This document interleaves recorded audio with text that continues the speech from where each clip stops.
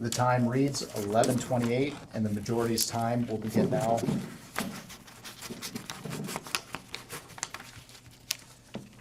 Mr. President, thank you for agreeing to testify today and for your years of service to our country.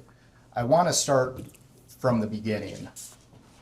When did you first meet Jeffrey Epstein?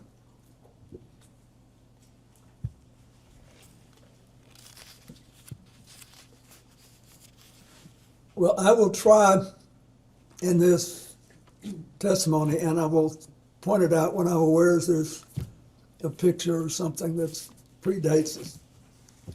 There's a picture which shows him shaking hands in the White House Historical Association reception. That was in 1993, but I'm not aware of that. I first remember meeting him when I got on his airplane to take the first trip with my foundation in, I think, 2002, whatever it was. But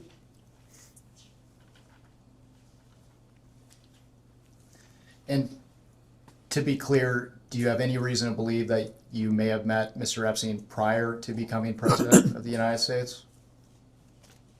before I became president, no.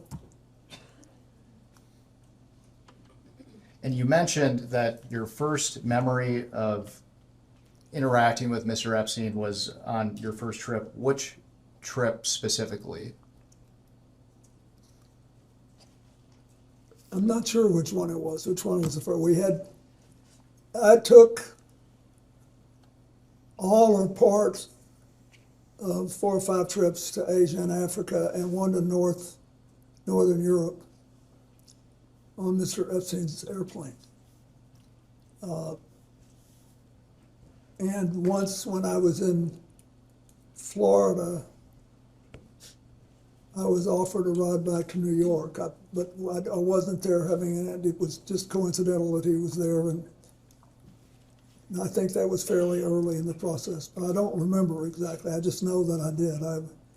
I took one flight back from Florida to New York, and all or part of several other, I think 4 or 5 trips to Africa, Asia, and one to Northern Europe.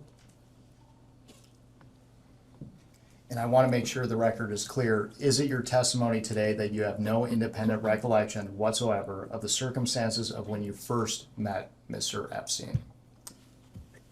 Objection asked and answered. You can answer again. Yes, I do have a recollection of when I remember meeting him before this trip. I mean, on this trip when I took his plane.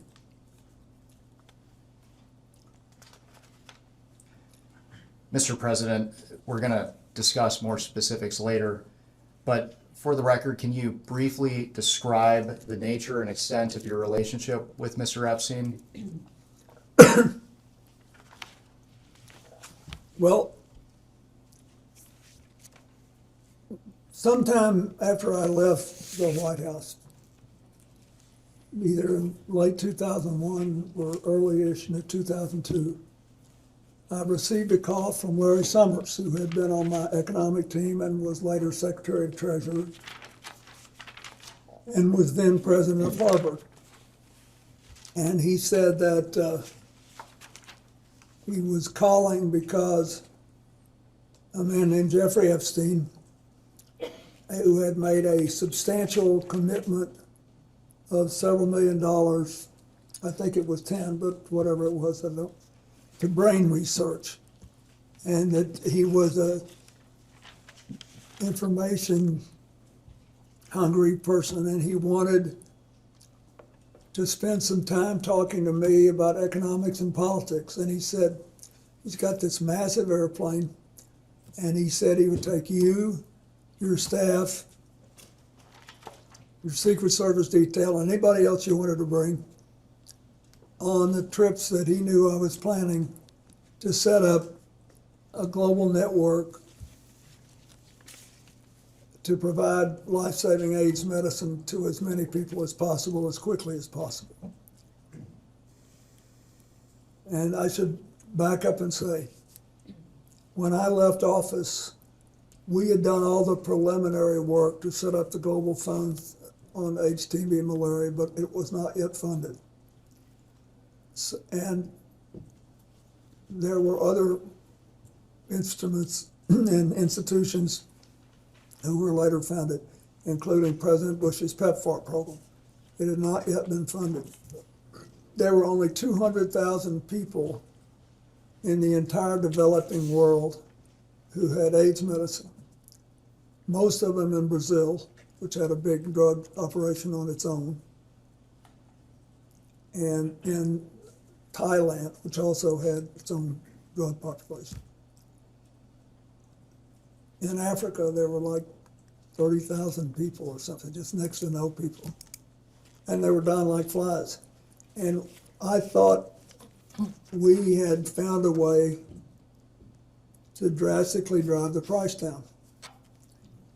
And that if we could drive the price down, we could, and empower people to administer the medicine right, we could save a lot of lives. And I was obsessed with it. And I was being helped by a man named Ira Magaziner who had helped us in the White House and whom I had known since we lived as Rhodes Scholars together in the 1960s. So anyway, that's why when Larry Summers said this, I thought, boy, this would be great.